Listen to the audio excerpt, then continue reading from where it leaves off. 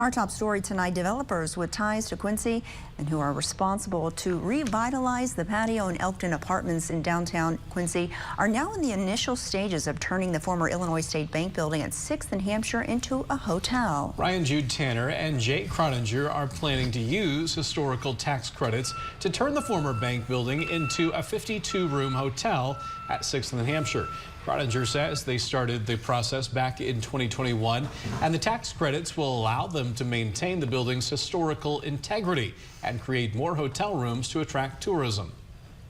What we see downtown is a real opportunity over the next, decade or two to reinvent itself, to bring it back, to breathe life back into what was a really vibrant part of this community. Krottinger says they started the process back in 2021 and went through vigorous processes to make this project come to fruition. So receiving the historical tax credits are a big step forward to complete the project. An exact date for the hotel's opening has not yet been discussed.